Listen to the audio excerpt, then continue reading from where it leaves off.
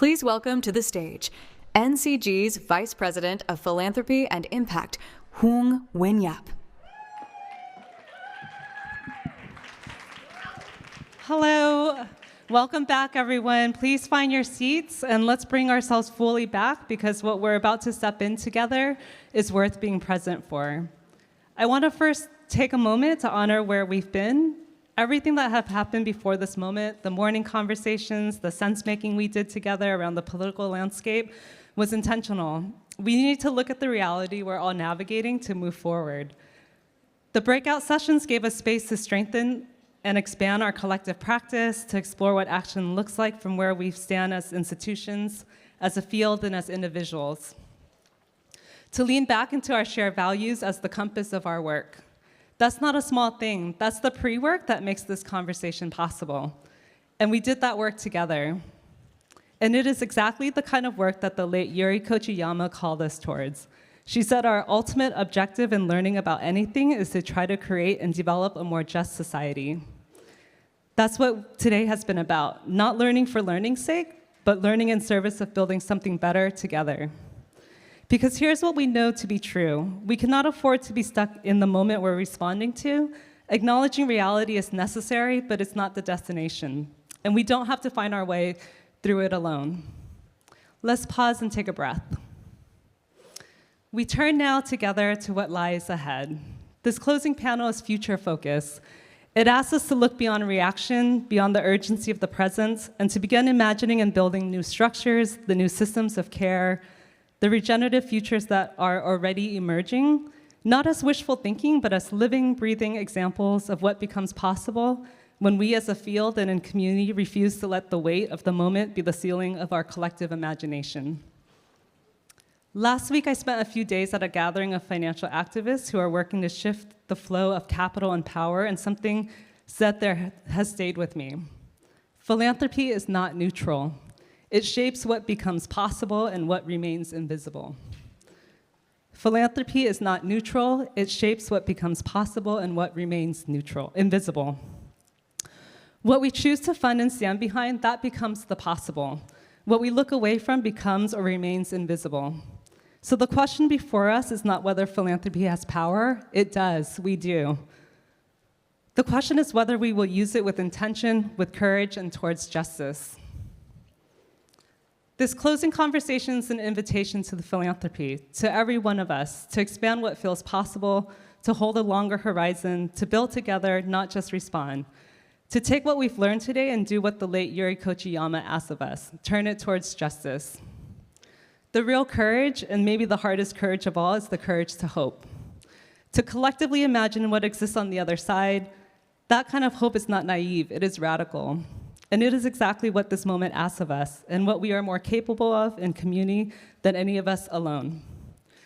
I'm thrilled to close our day out with Nwamaka Agbo, CEO of Kataly Foundation. What she and her team has built is a powerful example of what radical hope looks like in practice. Moving resources to support the economic, political, and cultural power of Black and Indigenous communities and all communities of color, while transforming our relationships to capital and to one another towards abundance and regeneration. Nwamaka brings deep roots in community organizing, policy, and community-owned wealth building, and is the architect of the Restorative Economics Framework. I can't imagine a better guy to help us step into what's possible together. Please join me in welcoming Nwamaka Agbo.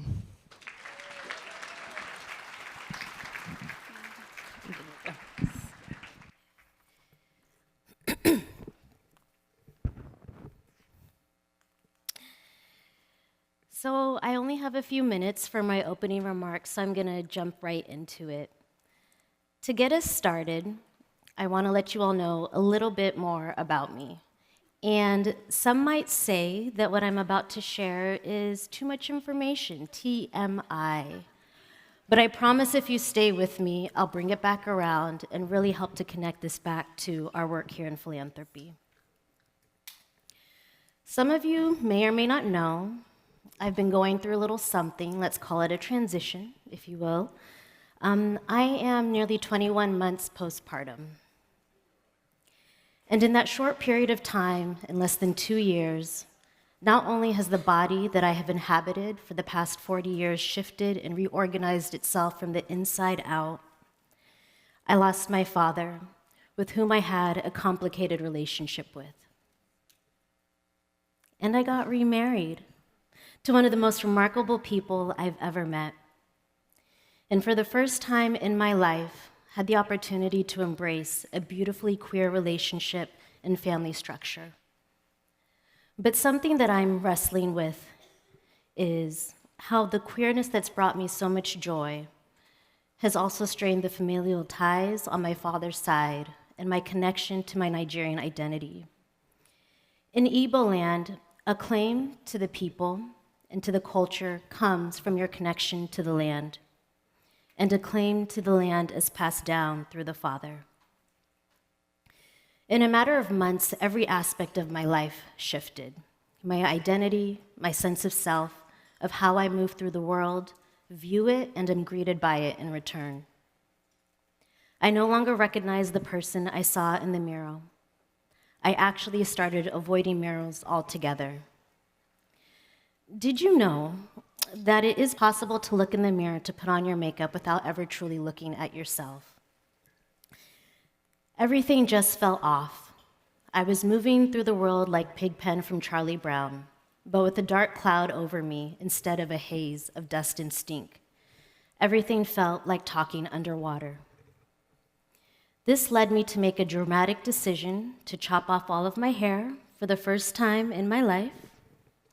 My mother was and still is horrified, and I'm honestly still in shock a little bit myself. It was my attempt to cut the string to a darkness that had been haunting me to set myself free. In the beginning of April, a realization hit me. I'm going through more than a transition. I'm going through a transformation. And I know that I'm not alone in this.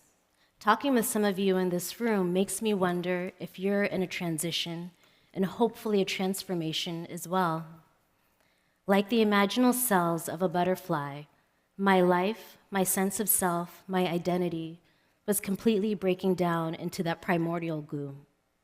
It's been destabilizing as I grasp for the person I used to be, my old routines, my brief but stilted conversations, my brief and stilted but intellectually rigorous, way too many syllables, conversations with my father, the way I used to recognize myself in the mirror and style my hair.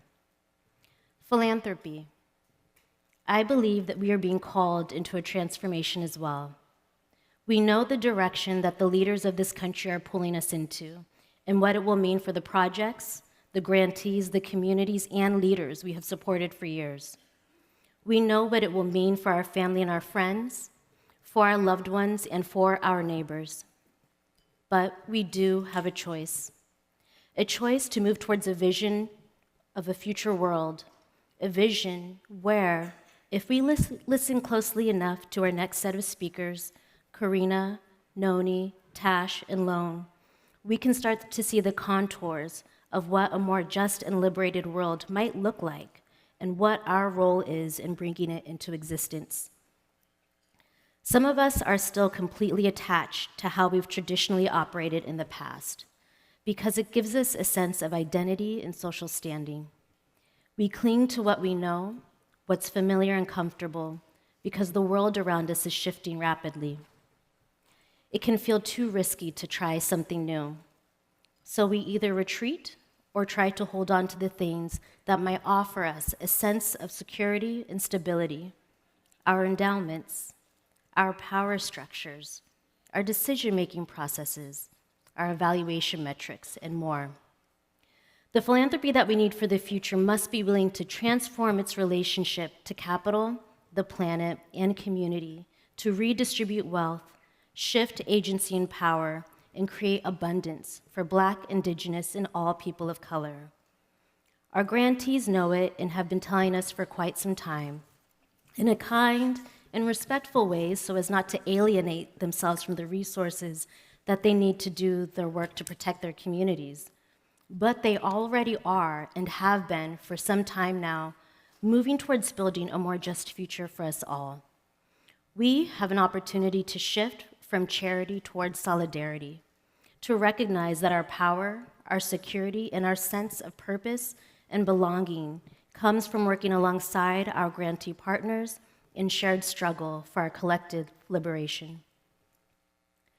The strategies and experiments that are guiding us towards the world our hearts and spirits yearn for are already on their way. In some respects, they're already here. We need confidence in our knowledge of who we are. We're fortunate to be learning from some truly visionary leaders today. From Tran from Rising Majority, Tash Nguyen from Restore Oakland, Noni from East Bay Permanent Real Estate Cooperative, and Corrina Gould with Sogorea Land Trust. We'll be hearing from them about what it looks like, how they're working to bridge the world we're living in now and the one we're being called into. As we listen, let's challenge ourselves to look more deeply within ourselves to understand, what might I be clinging to that I need to release to move towards the world my heart desires? Who must I become in order to find joy and pride in the person I see when I look in the mirror? And what steps can I take to become that future version of myself today? None of what I'm suggesting is easy. I know that. You know that. But what I've been learning through my transition and my transformation is that it's well worth it. I'll leave you with something my executive coach shared with me recently. A butterfly, she said, can't see its wings. Let's think about that as we realize that all of us must transform from the inside out, and that, even more importantly, we cannot do it alone. What we need, what we have, and what we must continue to create and engage is a trusted community. Together, in community, we can remind ourselves and each other of the beauty of our wings, of our innate capacity for flight, and of the transformation and opportunities that are already here within us. So with that, I'd love to welcome our speakers up to the stage.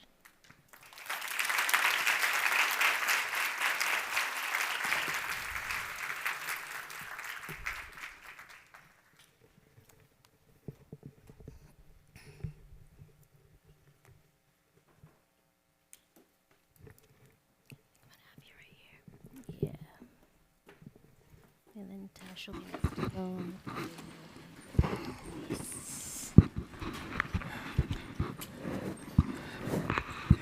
Hey, these couches are so big. Thank you all for staying with us for this closing session. I'm really excited for you guys to meet some community leaders that I adore. I adore the work that they do. I adore the way they think of the world. And I adore the ways that they're calling us, Kataly, as a foundation, to step into deeper partnership with them. So rather than doing the traditional name, role, title thing, I wanted to ask each of our speakers to take a moment to introduce themselves by sharing a story that reflects the impact of their work. And I'm going to ask to start with you, Lone. Thank you, Nwamaka. Welcome, everyone, to the final K-pop boy band Peloton ride of the day. We are going to turn up the resistance in 5, 4, 3, 2. My name is Lone. I use they, them, theirs pronouns. I have the honor of being the national co-director alongside Khalil Cole, who's not here today, but some of you may know them from their work with Movement for Black Lives before joining Rising Majority.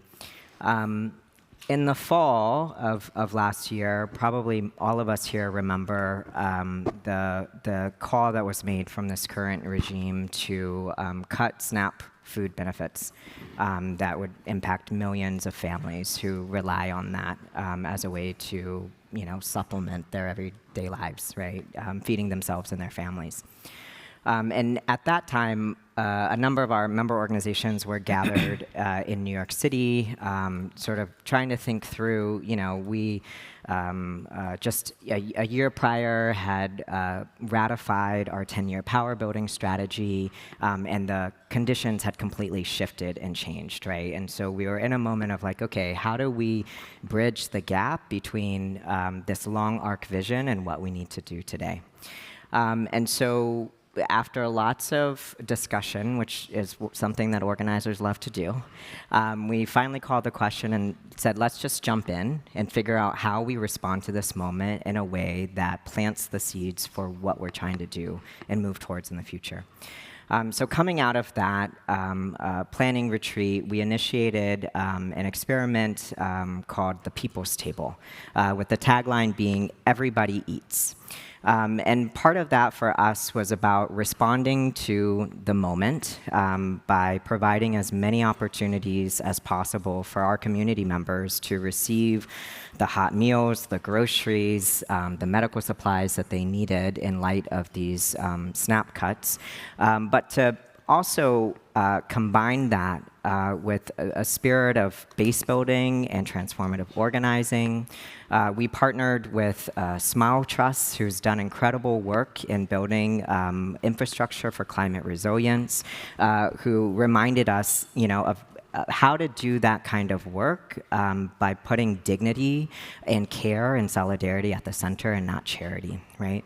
And so in the course of maybe 3 or 4 weeks in this initial phase, we had about a dozen cities across the US stand up people's tables. But part of it was testing out, can we do them in front of sites of power? Right? Can we do them in places where we also need to be contesting and breaking open and keeping open the political space that gets at the root causes of why so many of our people have to rely on a mutual aid infrastructure to begin with? And so we had youth organizers in Texas hand out groceries in the car pickup line to talk to families about why queer and trans kids and gay straight alliances are actually not the problem that families in Texas need to be worried about. We had organizers in Atlanta give out medical supplies and groceries in front of the utilities corporations that are passing on the cost to consumers because of the amount of resources that our data centers are taking up, right? And we reached thousands of people through that and had organizing conversations while also meeting people's needs and beginning to plant the seed for the kind of scale of care that would be needed as systems collapse and shepherding people through this transition, right? And putting folks into their own agency too. You're not just receiving groceries. We want to figure out together what needs to happen next. And so I'm really grateful that Rising Majority, through our membership of more than 85 organizations, are able to bridge together strategies that are oftentimes seen as either or, and excited to talk more about that with all of you today.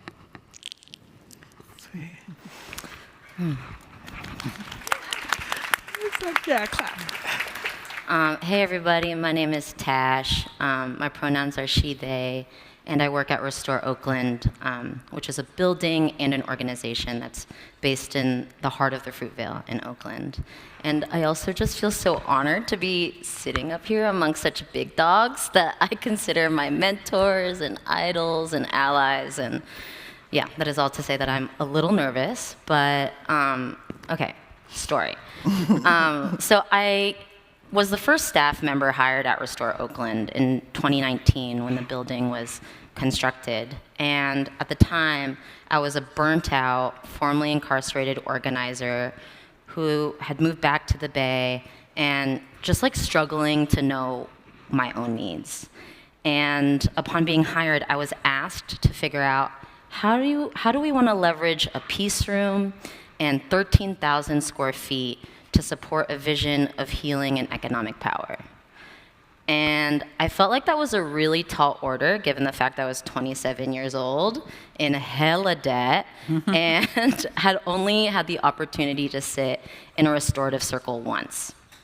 But in that time, I spent 2 years really slowing down, talking to hundreds of people, of organizations, allies, businesses who have been up and down the international corridor for decades, asking them, what do you need to cultivate a sense of belonging in this pandemic, right?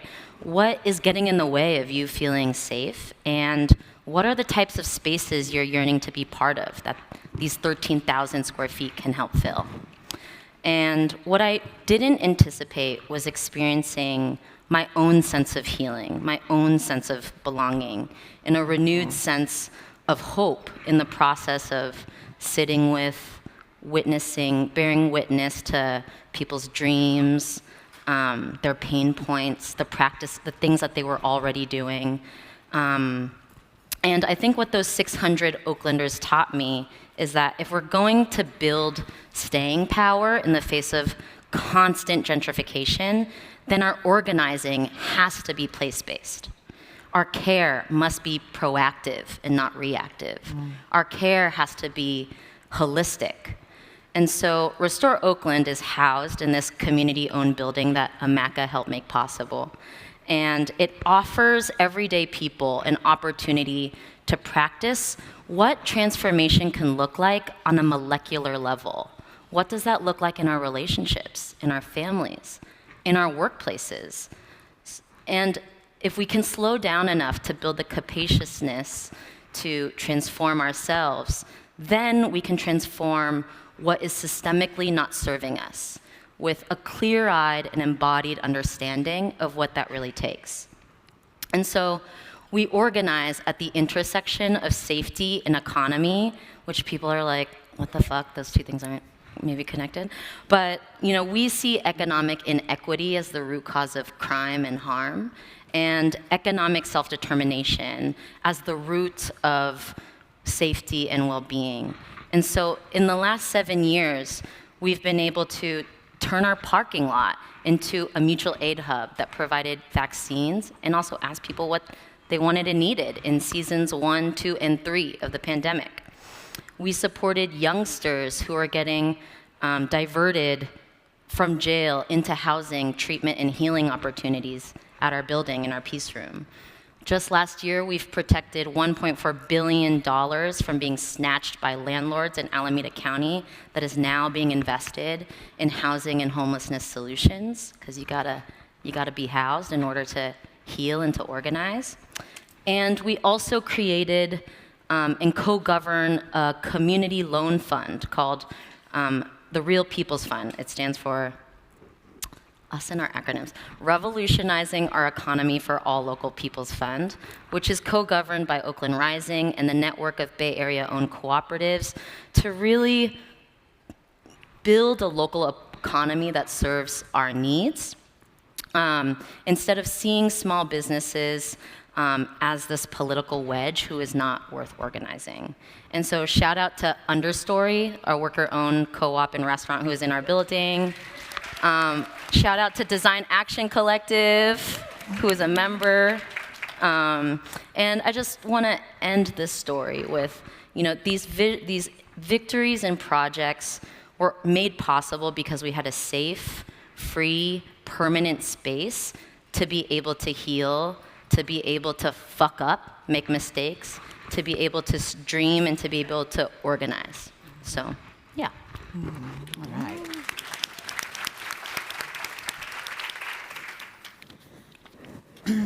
Tuhi ka'atla shanka ka'atra Corrina. My name's Corrina Gould. I'm a mom and a grandma, and I helped to co-found and co-organize the Sogorea Land Trust, the first urban indigenous women-led land trust in the country.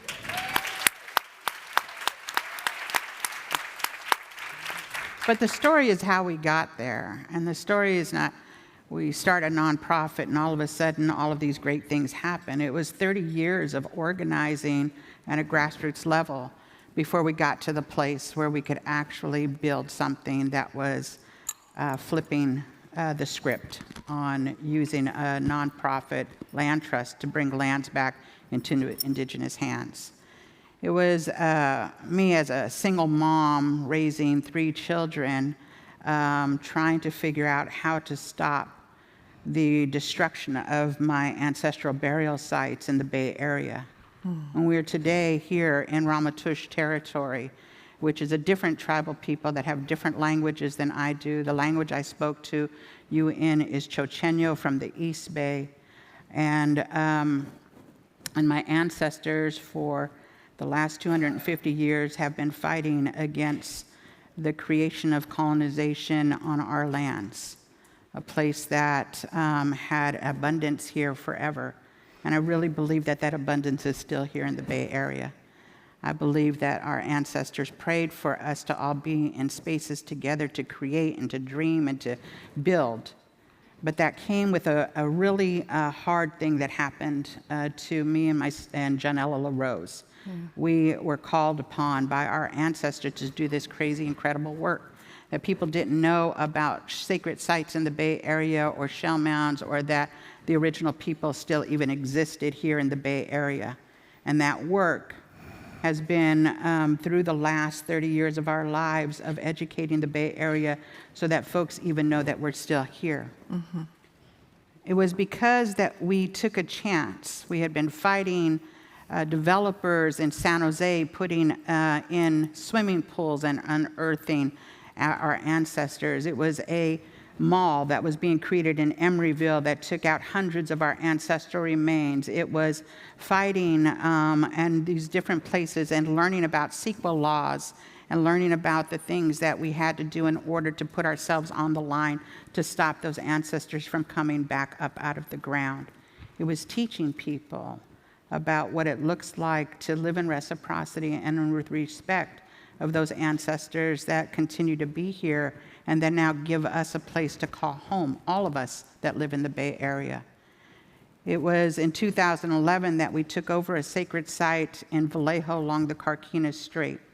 That we took over that land for 109 days, and that we were surrounded by Coast Guard and by FBI and Homeland Security and the police. And when the city of Vallejo filed bankruptcy and gave over the Park District $30,000 worth of permits for free in order for them to destroy 2 shell mounds, burial sites on that land. And we took over that land in a way that was prayerful, and that we invited people from all walks of life to come into that prayer with us, to protect that land. And because of that work, we were able to hold that land until 2 federally recognized tribes could come in and create the first cultural easement between federally recognized tribes of Park District and a city. We still hold ceremony on that land. It's the land that not only is the land, but it's the waters along that Carquinez Strait. That Carquinez Strait that holds at one time, thousands and thousands of salmon that would come from the ocean and through our bay and along that Carquinez Strait up into our delta, that magical place where they went from saltwater fish to freshwater fish, where they went up the rivers. It was that same place that we pray today with the Winnemem Wintu, who are continuing to be the voice of those relatives. It was during that time, about 6 months later, that I was invited to a meeting with Native Land Trust in Southern California, and I had no idea what that even meant. But Beth Rose Middleton, who is a professor at UC Davis and wrote a book called Trust in the Land, was about Native Land Trust. And I went to that meeting, and I understood that this was a tool that we could use as non-federally recognized tribes to bring land back. Because I was homeless in my own homeland. I grew up in the Bay Area. I grew up in Oakland. I raised my children there. My grandchildren still live there. But we had no land. And who are a people without a land? And so we had to figure out how to do that. And the only way we could do that, probably legally, was to create a land trust. And so we created that land trust with the idea of bringing people back to the land. Not just indigenous people, but all people that needed a response, that needed that feeling of belonging again. And that's what this land trust does. It opens it up.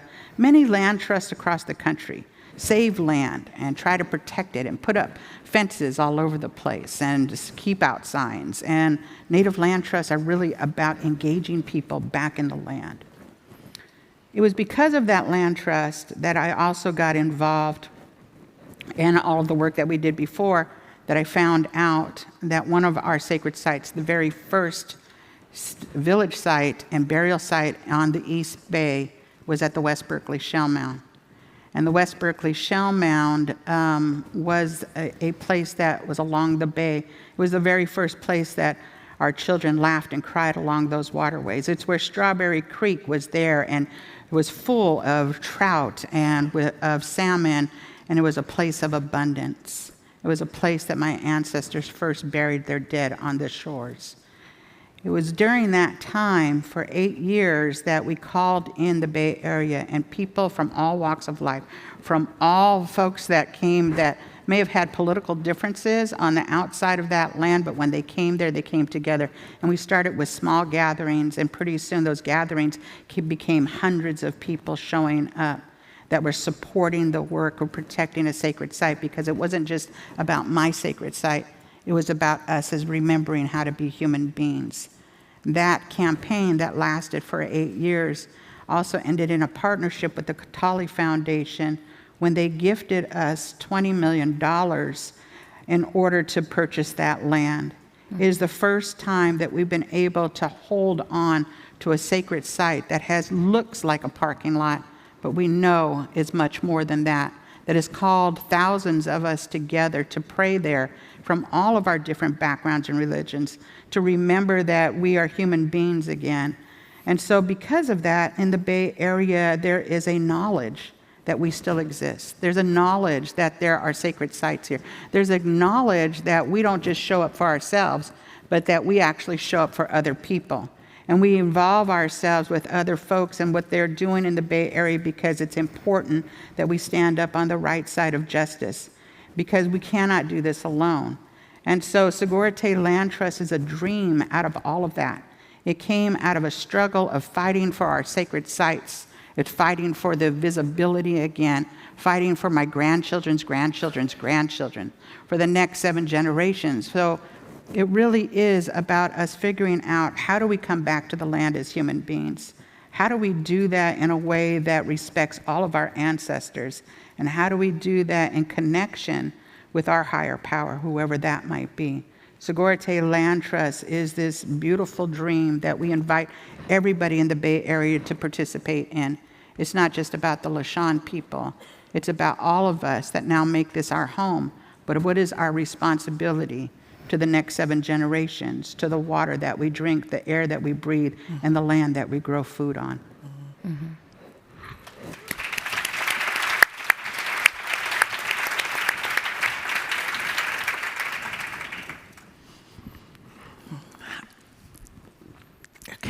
Hi, I'm nerves.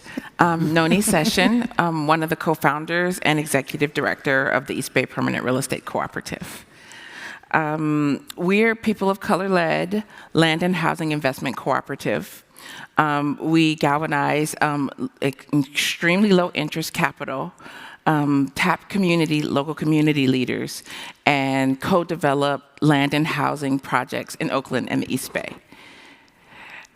We self-hired ourselves, co-founding in 2017 after working with a law firm that I'll mention to change an important investment law, AB 816 in California, that allowed us to galvanize collective community capital much more quickly.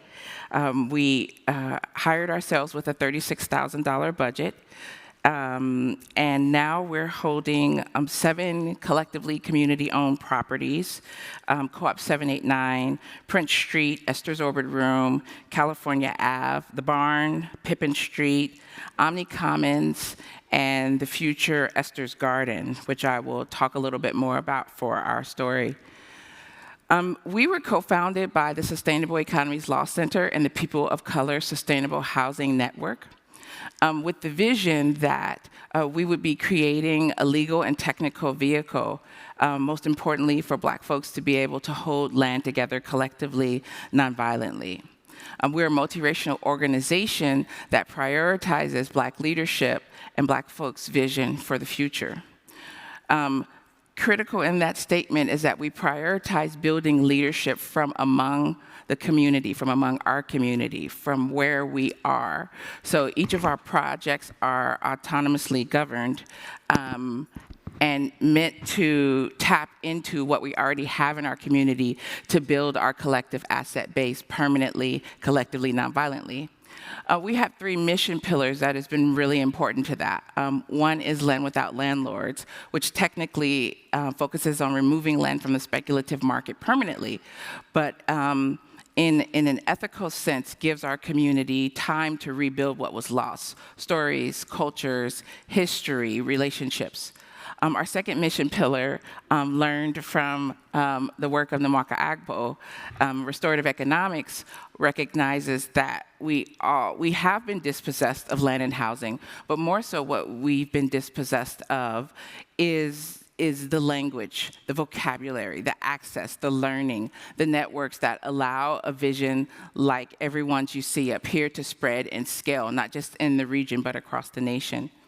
Our third mission pillar, most importantly, Heal People Power, understands that most of us, all of us, are fed on the traditions of Western hierarchical power practices.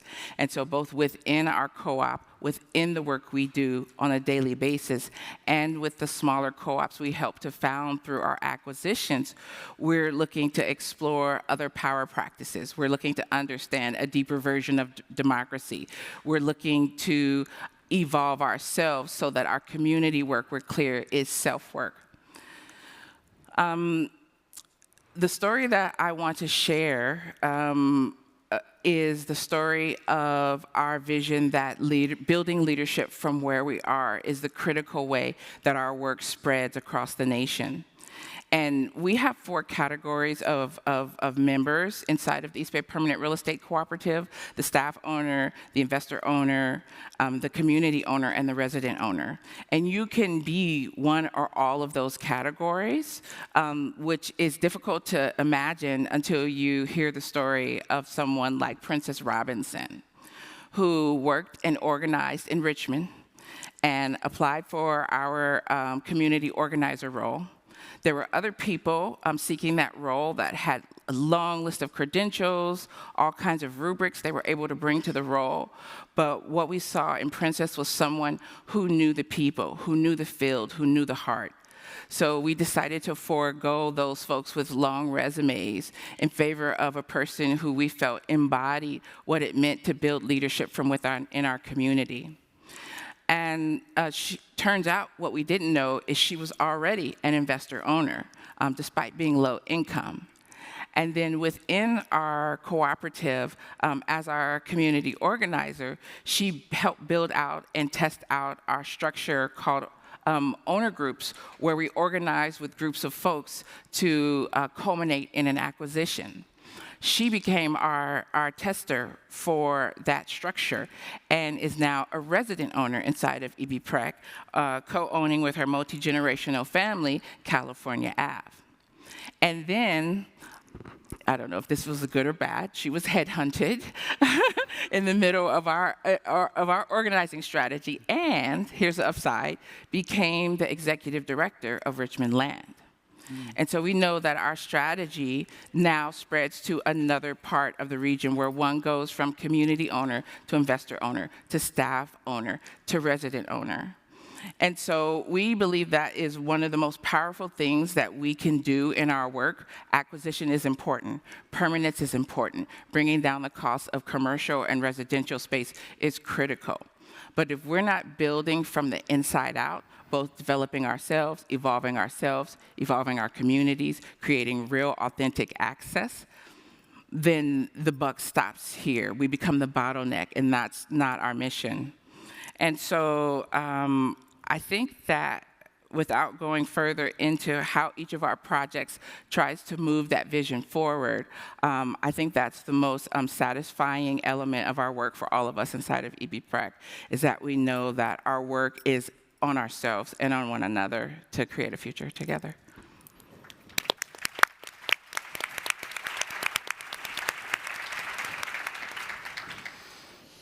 Thank you all for just taking a moment to introduce yourselves in that way. I I really believe that stories have a way of helping us understand the impact of our work that isn't just intellectual and heady. And what I heard as each of you shared about the work of your organizations is that it's rooted in transforming your relationships within yourselves, to each other in your community. And I think that's important because sometimes our work can be very technical and it can be very much about transforming systems and culture. But ultimately, it is also about the spiritual transformation we need to go through individually and collectively to do this work. So thank you for just giving us an opportunity to really understand that from what it looks like with the communities you organize with. So I'm going to get into it, and I'm very excited because basically I got to put together all the questions that I've ever wanted to ask all of the people that I love, and so we're just going to geek out together. Solo. Okay. It's 2026. We still talk about time in terms of before pandemic, after the pandemic. We witnessed the murder of George Floyd. We continue to witness the ongoing genocide in Palestine, in Gaza on Palestinians. We are in the midst of resurging fascism. And in this moment, your organization, Rising Majority, is asking us to dream. So my question for you is, given the context of the political moment and the realities of what we see happening on the ground, why do you think dreaming is important? And how should philanthropy show up to respond to the immediate needs of now, while also supporting movements and being able to build towards the vision the Rising Majority put out, Vision 2050? Yeah. I mean, I struggle with this all of the time, right? The crises in front of us, the fights that we have to wage to minimize and stop as much of the suffering as possible.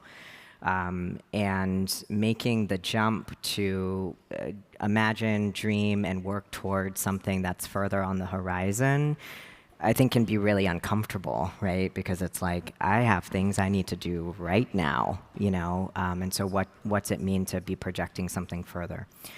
One piece of it that I always want to make sure that I speak to is, I think in particular for Black, Brown, Indigenous, immigrant, queer communities, we have been, over the course of centuries, right, there have been concerted efforts to stop us from imagining ourselves in the future. Mm-hmm. And I think that's really, really important that we put up a fight against that, but also begin to articulate and name, we exist today, we have existed historically, we are going to exist well into the future, and that we refuse to submit to the political and economic and social forces that would rather us not.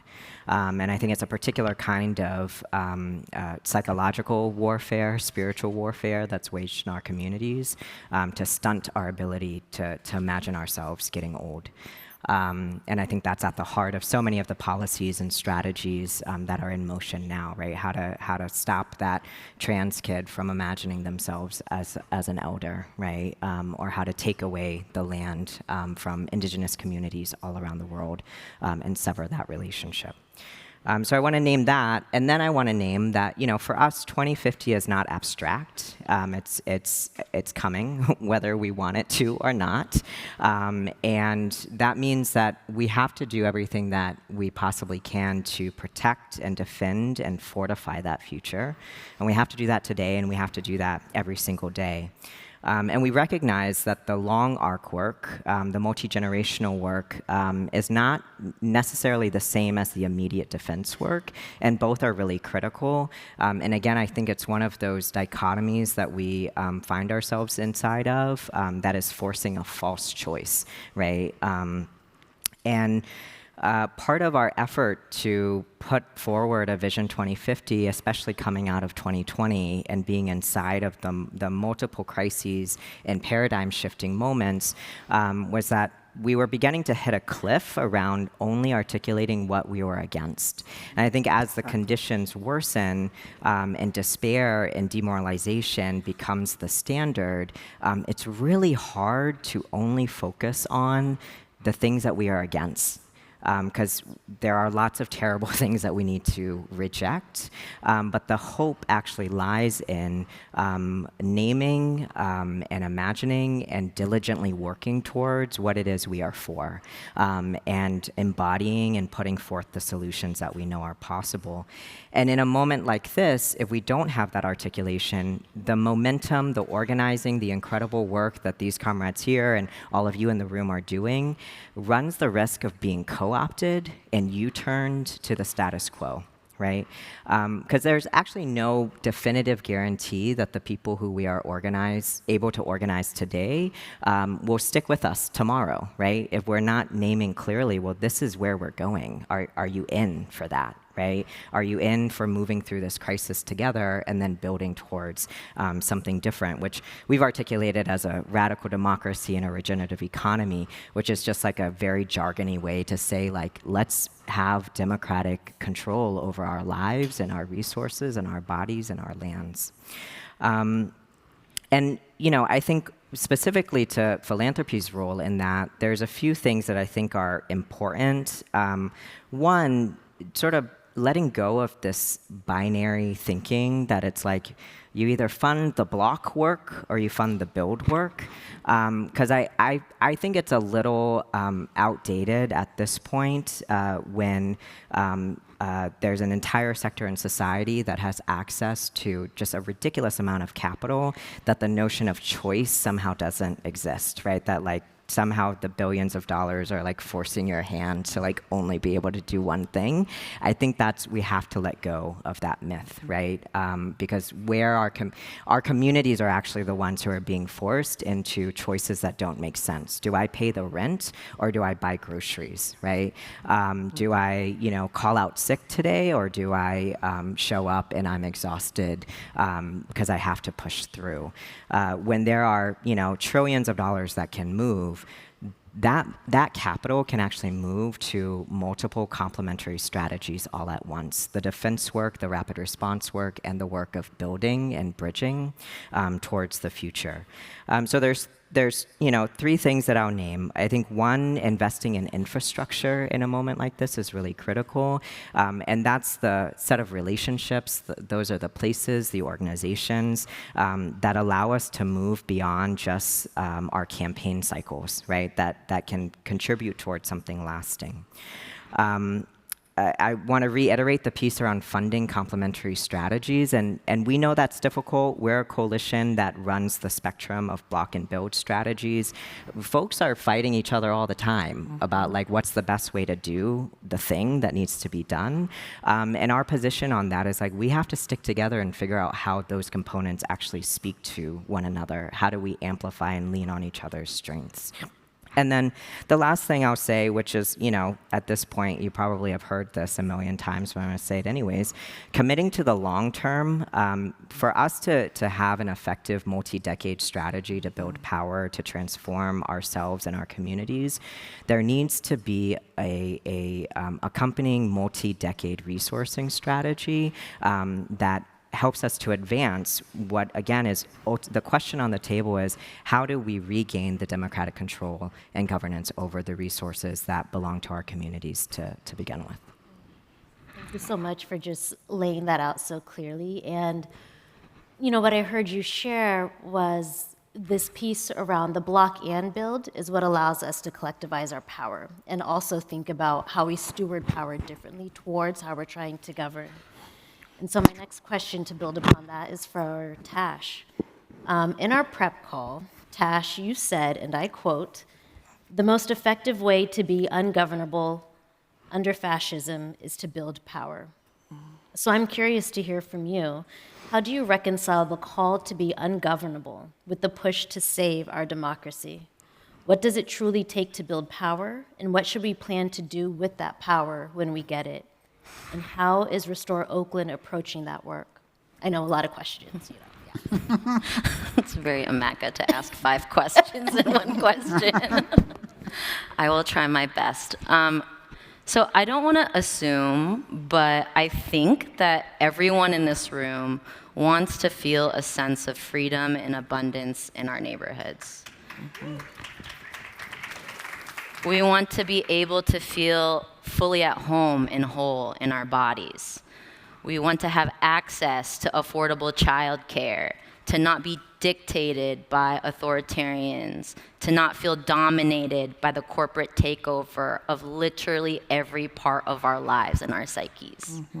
And so, to me, building power to be ungovernable means struggling for freedom against all forms of captivity, control, and containment.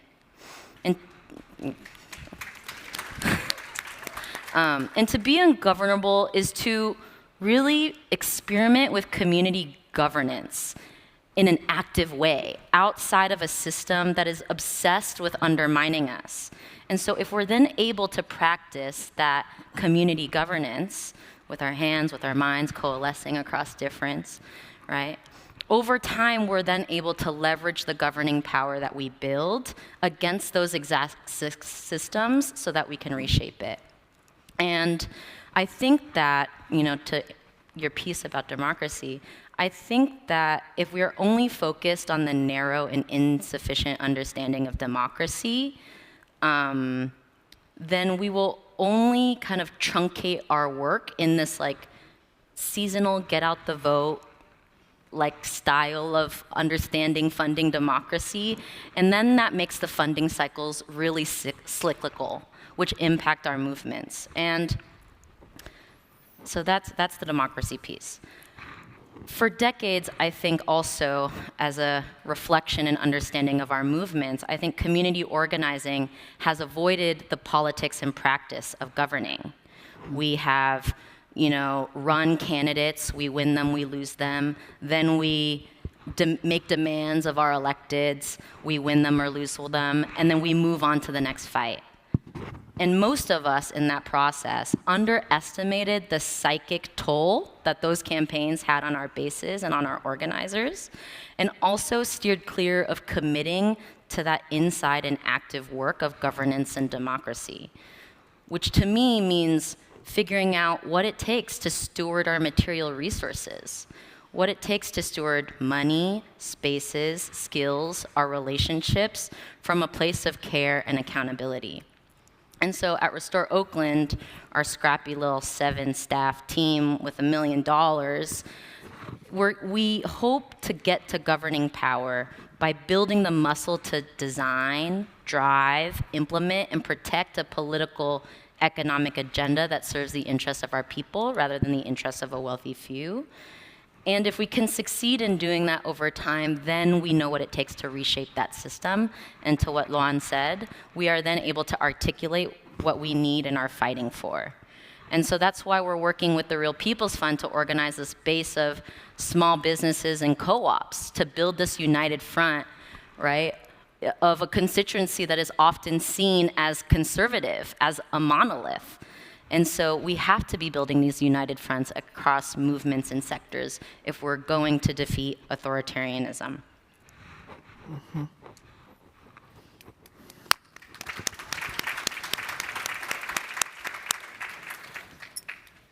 I think I just had to take a moment and really take in all that you laid out there. And one of the things I see myself in particular struggle with, and many people struggle with, is the importance of discipline in the practice of how we learn to govern. Mm-hmm. And what I've observed in many of our social movement spaces is that we haven't necessarily been able to create the space for that practice to happen. And so thank you for lifting that up. And I want to turn to you now, Corrina, because you've been showing us the way around what that practice looks like, and helping us to understand how through the way Sogorea is stewarding land and creating space, that actual physical space will become a site of practice for all of us. And so, my question, my multi-layered question for you is, you've raised the question, how do we build our world after the fall of capitalism? So I would like to point out that there are some that don't believe that capitalism is falling. They think it's getting stronger. Mm-hmm. And there are even others that might believe that capitalism is actually the solution and not the problem. So my question is, how is Sogorea Land Trust working to build that world now? And how do you navigate the inherent contradictions of building that future world inside of a collapsing capitalist system? That's a big question. But you can do it. Anybody I know. else want I to know. do this I'm question? so dramatic. I often say that I pray for capitalism to die every morning. I wake Yes. up, right? Okay. And so that's a big thing, right? So what if capitalism died? What if it went away? What does that mean for us? Do we have enough gas to get home to right now? Right. Right? If that all went away. And I think that, as Sogorea is a nonprofit, right? And so we depend on the generosity of individuals and philanthropists to make sure that we can pay our staff and can do the incredible work that that needs to happen on those lands, right? But what if it went away? What if capitalism went away? What would we do in that moment? That all of a sudden the dollar didn't mean anything. All of a sudden we had to figure out how to make sure that the table next to you had food for the next week, and the folks behind you had the medical care that they needed, and the folks next to you had their elders and their children taken care of. That's the kind of ideas that we have to think about if capitalism dies, which is what these brilliant folks, our co-panelists, have been talking about, is capitalism has to die. We can't continue to live in the way that we're living right now.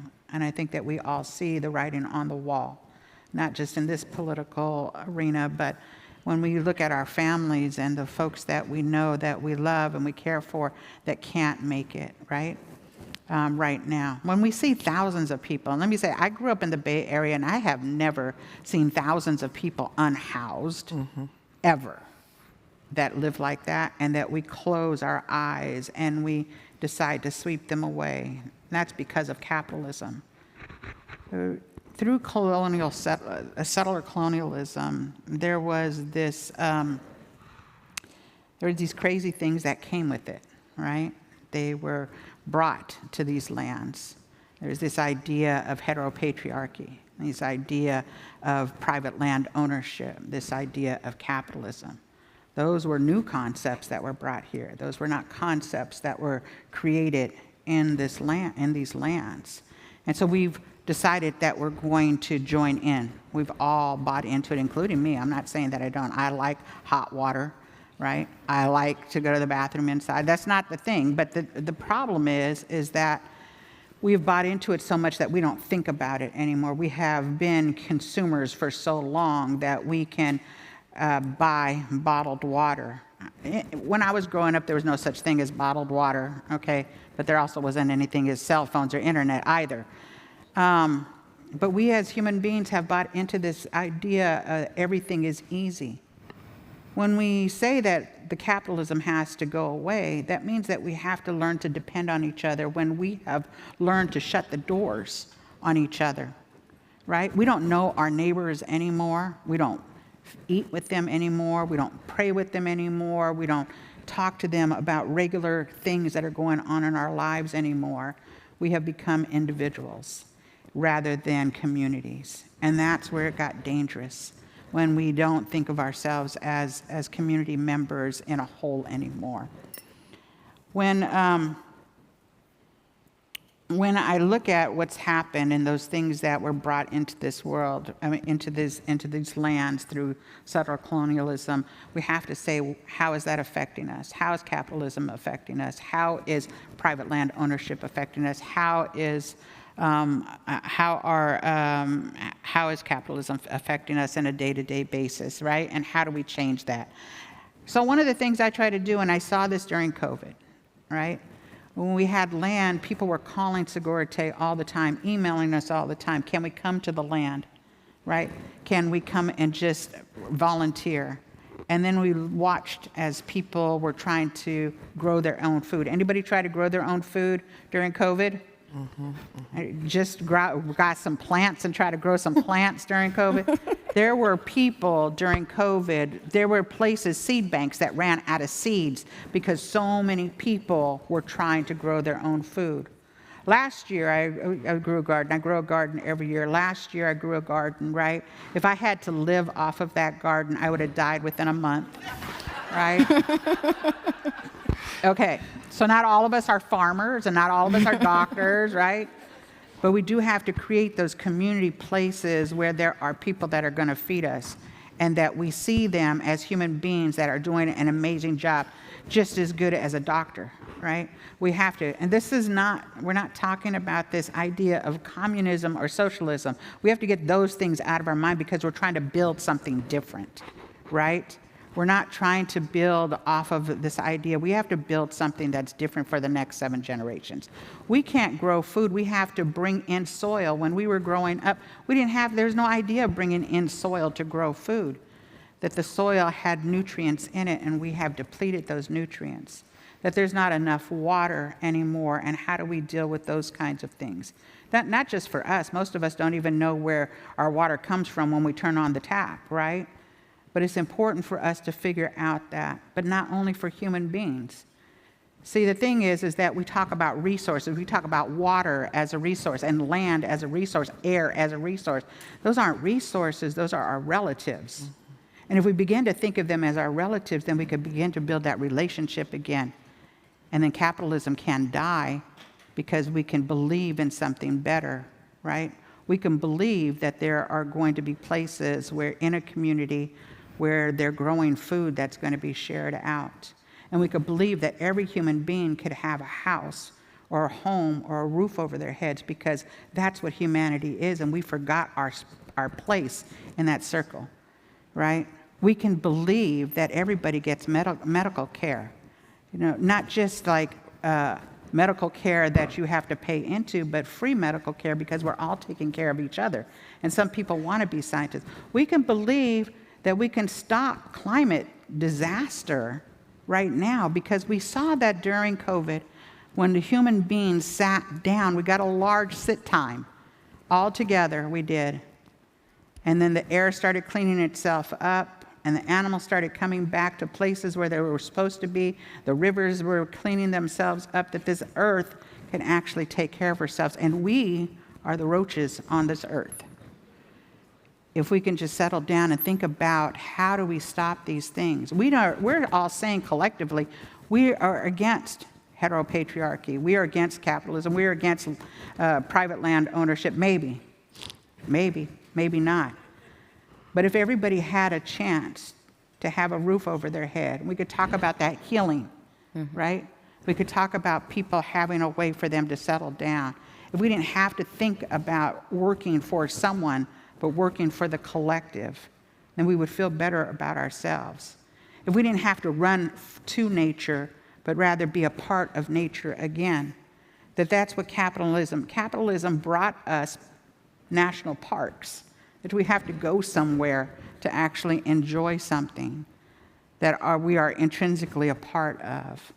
So yeah, I pray that capitalism dies at the same time that I'm in this weird place that I need philanthropists to believe in this dream with us, that I need them to invest in the projects that are going to change the world, not to think that we're going to change this society as it is, this democracy as it is, because I don't know who it was democratic for, because it wasn't built for me, right?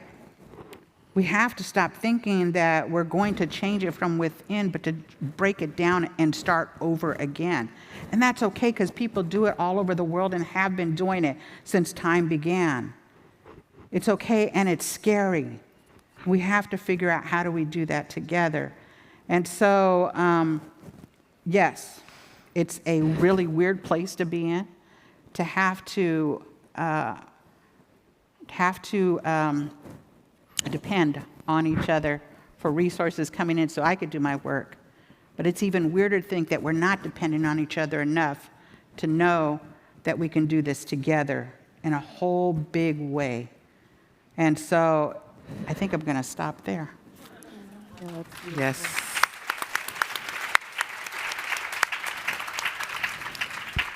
I mean, as you were speaking, Corrina, I was hearing a lot of the dreaming and imagining that you were lifting up also is what's reflected in Rising Majority's Vision 2050, right? And so hearing this call and response between how we're thinking about building power, how we're thinking about needing to be able to straddle both, right?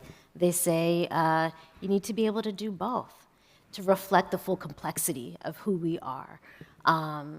And so I thought you were going to make it easy for us, and you didn't. And thank you for just being clear. Mm-hmm. We need to level up in our ability to move through this moment together. Mm-hmm. And so I want to come to Noni, Professor Noni, as we move into thinking about the role that culture plays in all of this. And so, Noni, you are trained and educated as a cultural anthropologist, hence Professor Noni.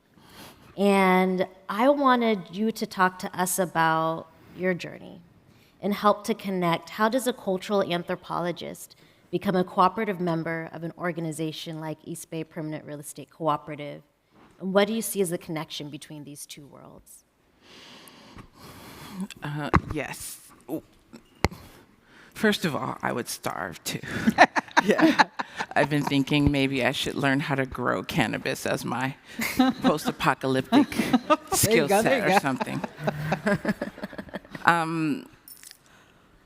Yes. So my doctoral work was in Nairobi, researching expatriate expert development communities installed in the urban space. And I really focused on disciplines as modes of cultural production and looking at the ways that we've been asking for 2 decades why international development outcomes look the way they do. Destructive, dysfunctional, and many of us argue that there's a failure in that arc. But what I saw was it was part of the cultural framework of Western disciplines to deform and displace local sovereignties to strengthen the political and economic base of organizations like the United Nations Development Program, the World Bank, the IMF.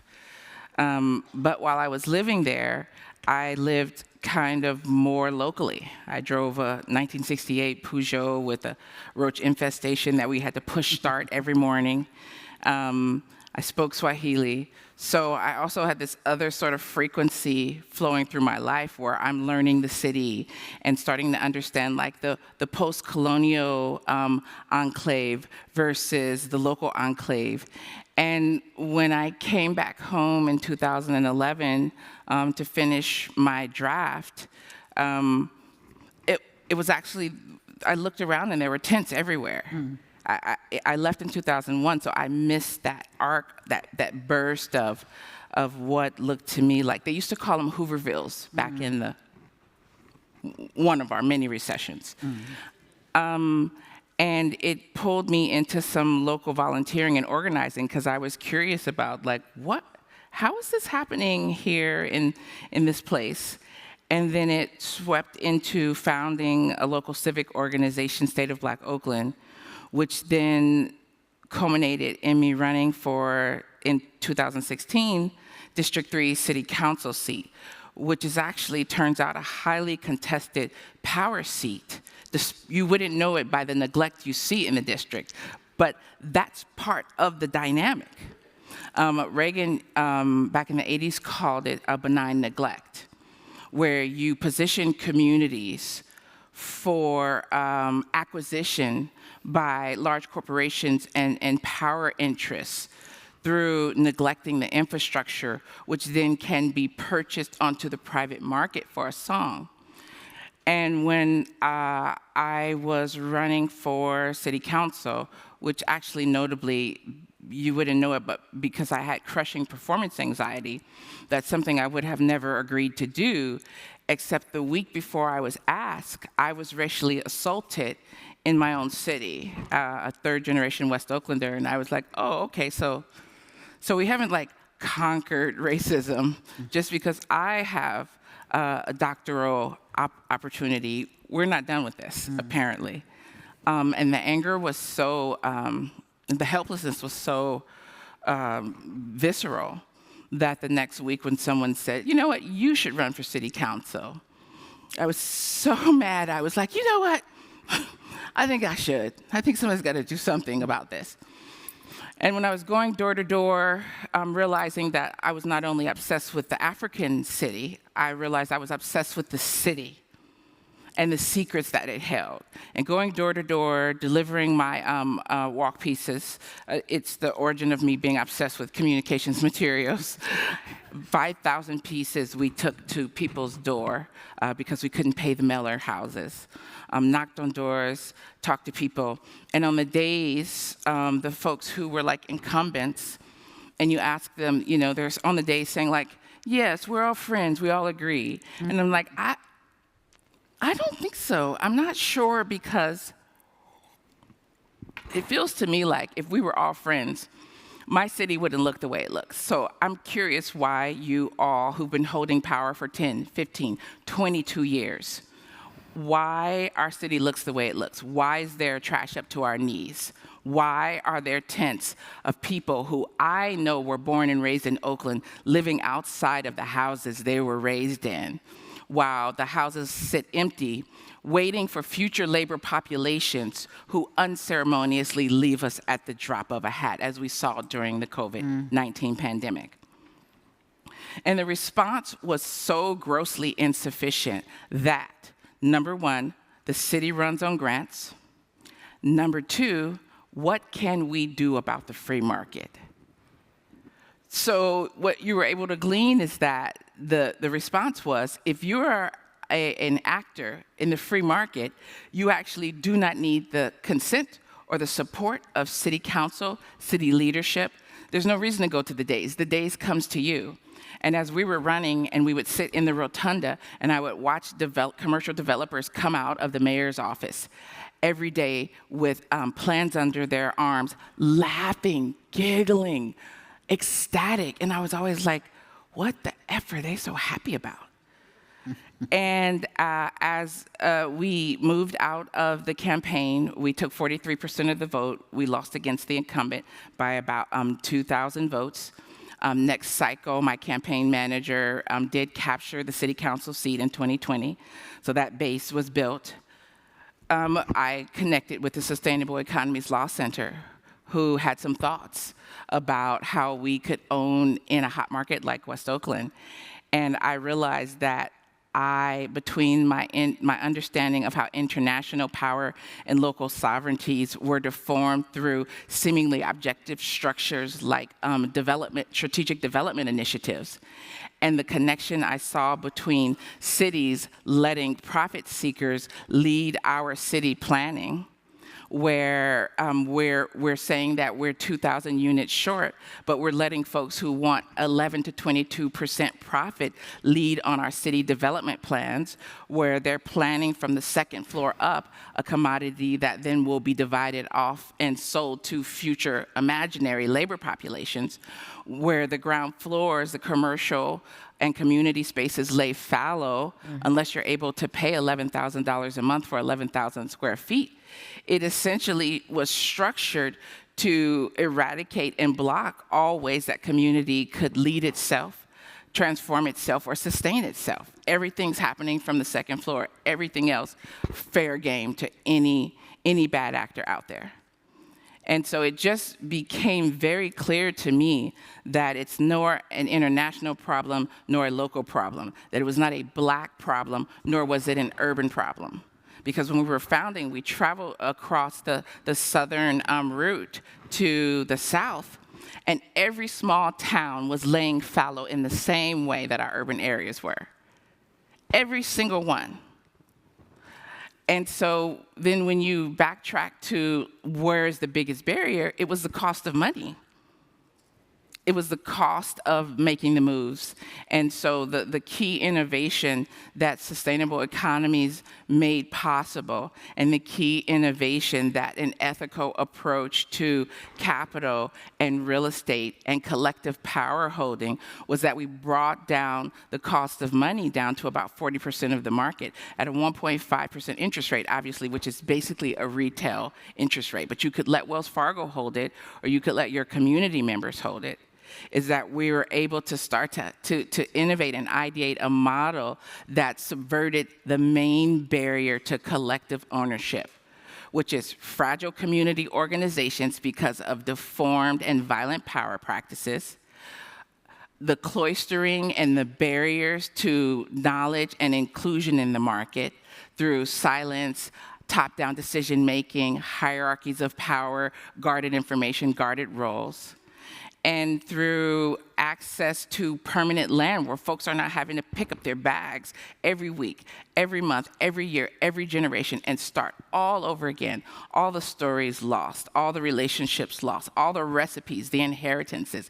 It's literally called a lost generation for the AIDS epidemic. It's called a lost generation for many other mass displacement events.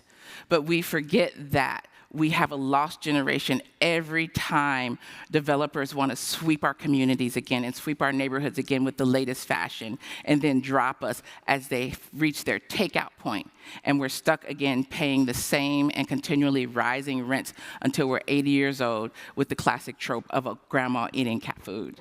So it's a little strong, but it's actually accurate. Mm-hmm. And so the connection for me, being a cultural anthropologist, now a real estate developer, is that the culture of disciplines have to change. We have to make another assumption about what we're here for.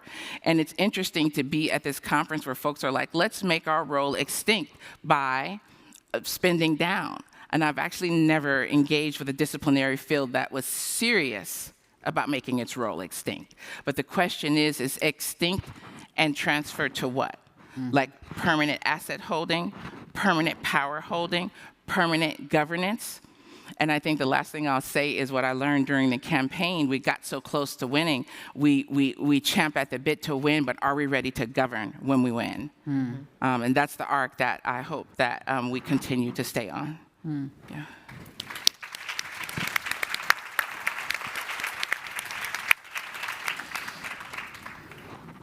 I have some thoughts, but it's not a back and forth. We'll continue after. I am looking to my folks in the back. I'm gonna see if we can sneak in like a couple of quick rounds. So let's see what we can get through, y'all. And so I'm not gonna do my thing of all the questions, all the things. I'm just gonna do the one question. Lone, my question for this next round is, what is Rising Majority's reimagination of what our democracy can look like in 2050? And what elements of our current democracy would you like to maintain and bring forward into that future vision? Yeah.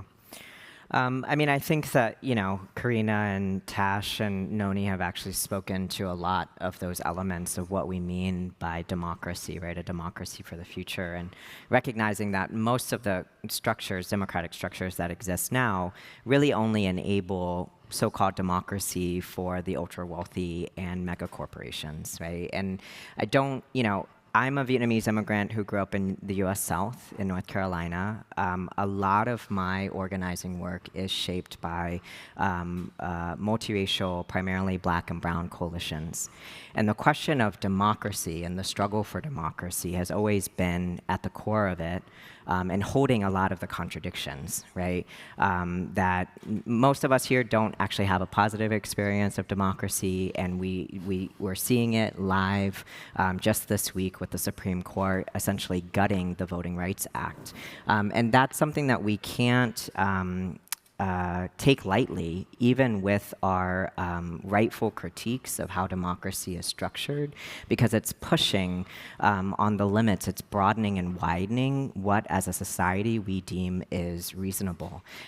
It's pushing and testing, are we willing to sacrifice the hard struggled for democratic rights of Black Americans and African Americans in this country, the enfranchisement of marginalized communities, in this period of collapse, right? So we hold all of those tensions, and I think part of why we're so insistent on the it's block and build is because how we approach the question of building in a period of collapse, and I agree with Corrina, I think capitalism is dying. I think we're inside of it now, which is why, the system is also fighting tooth and nail to reinvent itself and repackage itself, right? That's what happens when a system is dying. It's trying to figure out how does it evolve and change and shapeshift in order to maintain its stranglehold in our lives.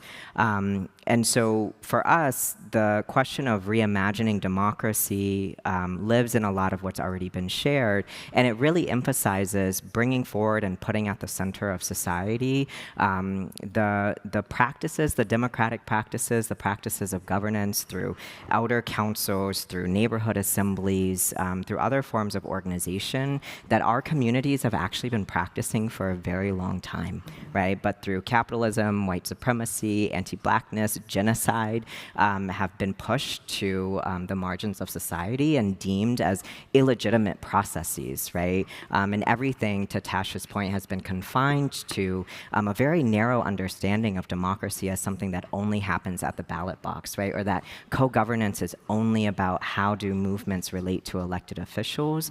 When again, if we're returning to the foundational basis of the right to make decisions over our own realities and over our own futures, there's a lot of ways that that gets expressed, and we desire for and we fight for a democracy that people embody and experience in their homes, in their families, in their workplaces, in their schools. It's a very basic sort of premise that we're asserting that fundamentally is about restoring the social fabric of our communities, right?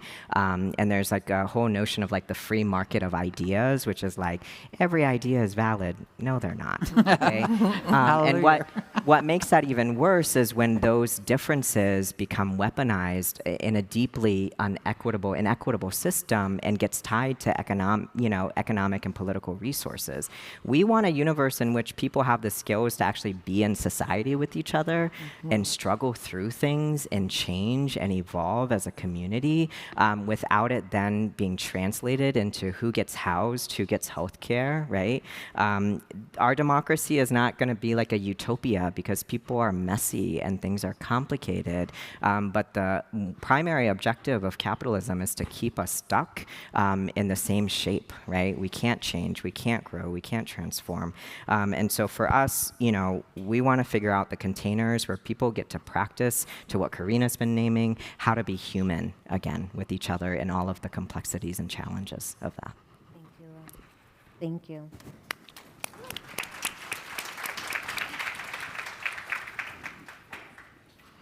Tash, your story opened with talking about mutual aid. And so I was hoping we could come back to that. I was hoping that you could take a moment to define what mutual aid is and why is it important to the work of Restore Oakland and why is it important to the space of Restore Oakland? What is mutual aid? Mutual aid is the part of the work where we're providing for each other's direct survival needs. Childcare, food, mental health care, visiting each other in jail or prison, taking time to check in, make a call, provide emotional support. And to us, it's actually only mutual aid if it's two things. Number one, it's done understanding that the crisis that we're in and the crises of and that the person who is in crisis, it's not their fault, it's the system's fault. And secondly, it's only mutual aid if it includes an invitation to join the fight to stop the crisis. And so what I've learned as a formerly incarcerated person is that caring for each other is how we make a way out of no way, right? I think a lot of immigrants, refugees understand what it means to make a way out of no way, right? Asking for help is crucial and critical in creating systems of mutual support, and that it is not a direct surface. It is reciprocity. And that the act of caring for each other is foundational to seeding the political protagonism that we need to build the collective power of the most vulnerable and marginalized folks in our neighborhoods. And so if our movements are only as strong as our relationships, I really then want to emphasize the importance of investing in the depth of that work, because so often funders and donors are so obsessed with funding things that bring things to scale or things that have big outcomes. But if we don't invest in the depth of politicized healing, then we will only ever have enough power to tinker at the edges of the issues that we're facing.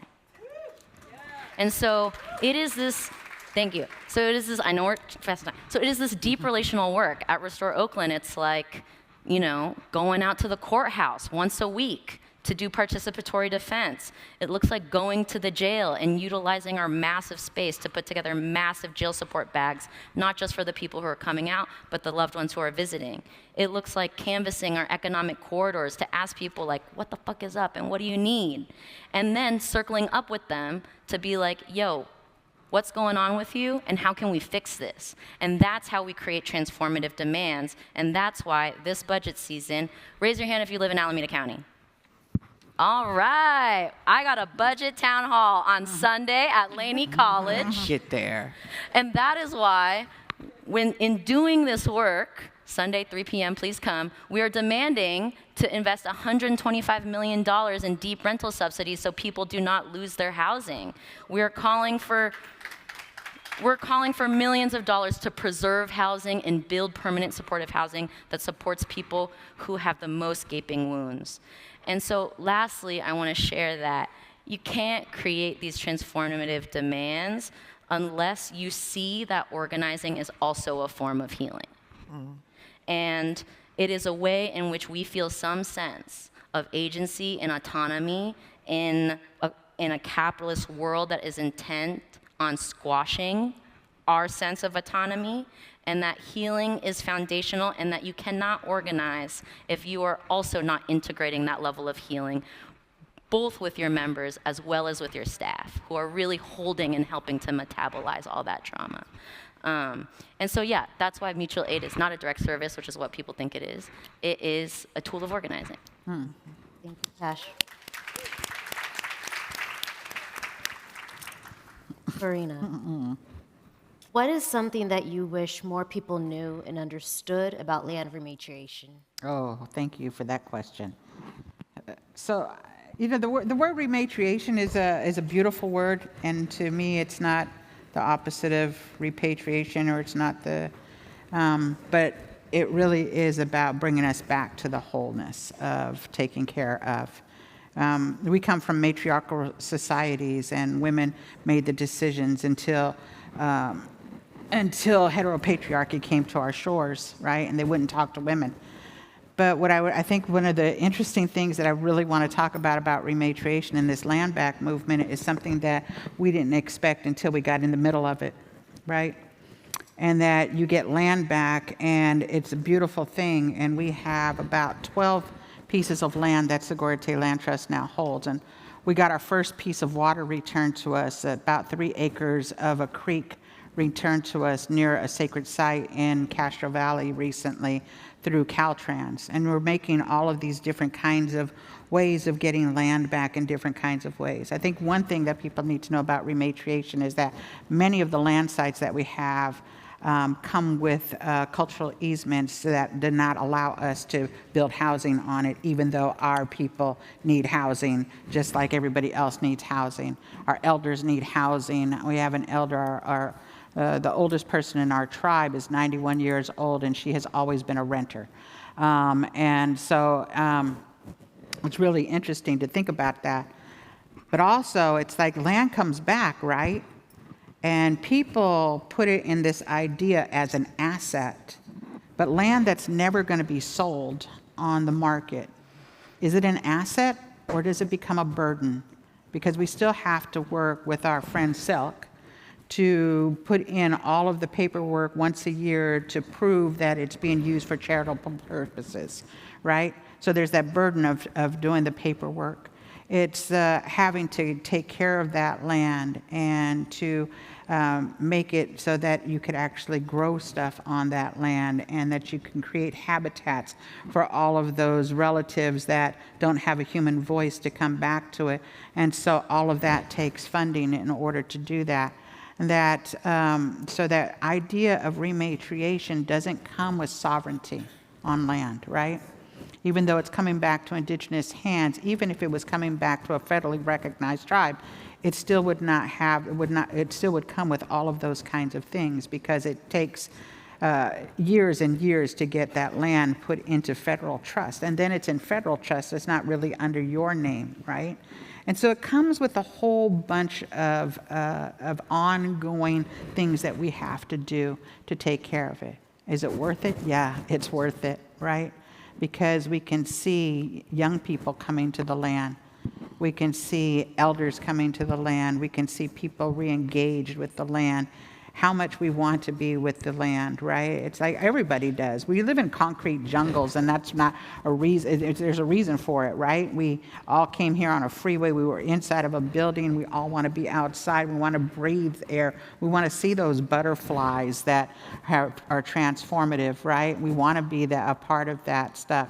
And so rematriation is about bringing back human beings to being human beings, about that connection, about growing our own foods, about growing foods for bees that we didn't even know existed, that are so tiny that they're the California bees that are small. We're thinking about how do we make sure that the waters are taken care of, and amazingly enough, by having those 3 acres of the San Lorenzo Creek now gives us a voice to ensure that everybody above us takes care of that waterway as well. And so rematriation is about that. It's about making us whole again. It's about bringing back those ideas, but it comes with a cost. It comes with the cost of having to pay people. It comes with the cost of having to do paperwork every year. It comes with the cost of doing all of this stuff that is a part of this capitalist society. It's a part of this society that is holding on to us, that's not making us free to do the things that we really want to do. Why wouldn't we be able to build houses for people on land that was rematriated? Mm-hmm. Why shouldn't we be able to do that because somebody else has it in their own mind that's like, we want to give you back this land, but it comes with these other strings attached to it. So people don't think of that when we think about rematriation, that it comes with those costs. And I get to, in my lifetime, hold that part of it. But the other part of it is that we have all of these staff members that work for Sogorea that gets to dream and bring people together to do that, to work together with people from all across the country that want to do that rematriation work, that create these visions in Hawaii and New York and up in Washington and in New Mexico and Arizona and Texas, all of these people that are dreaming about bringing back land and the way that it can be. And I think that that's it. It's been about a land movement that's not just in this country, but we're seeing people in Africa and in Australia receiving land back. We're seeing people from all over the world that are doing this work of rematriation, reimagining what it means to bring people back to the land and how that changes our psyche in such a way that we could reimagine ourselves being a part of a changing future for the next generations. Thank you, Corrina.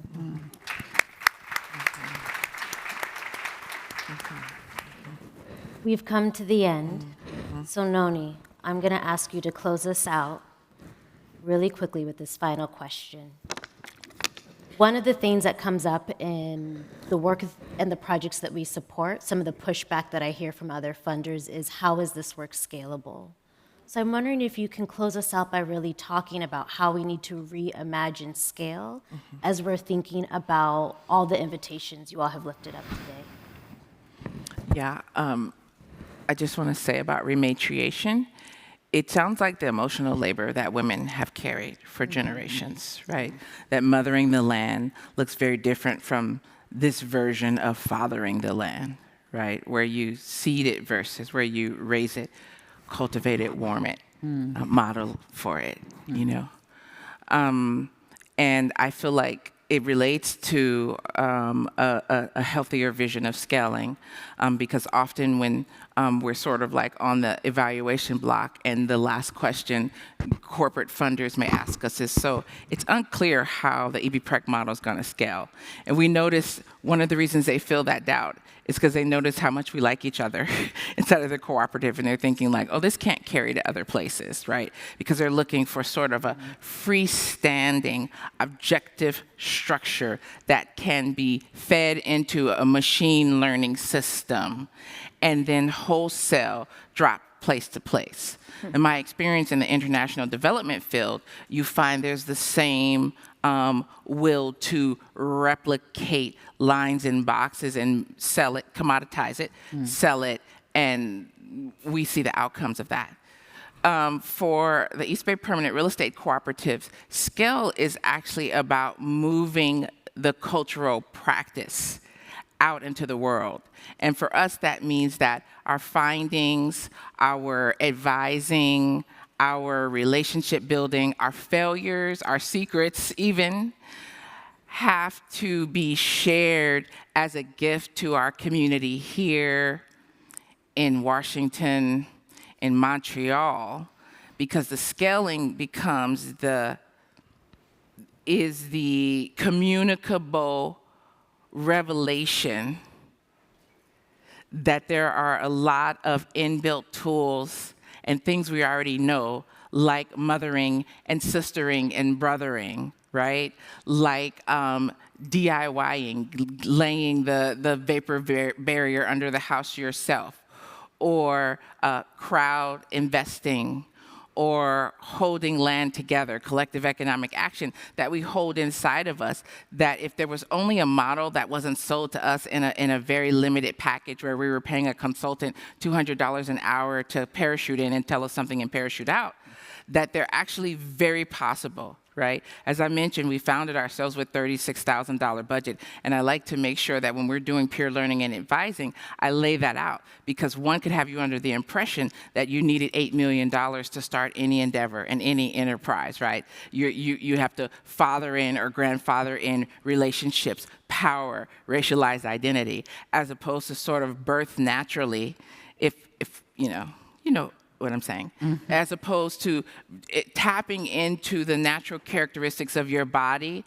the cultural vehicles that are already in your community, the language that already communicates possibility, even if it's not the standardized, systemic, or conventional language that spreads the vision. So the scale becomes across communities as opposed to within the one entity that holds all the power. Thank you, Noni. That was a...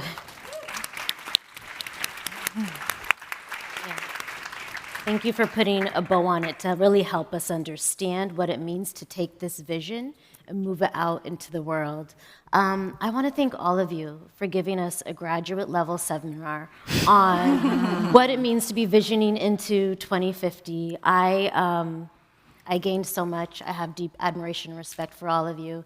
And I'm hoping we can give our speakers a round of applause.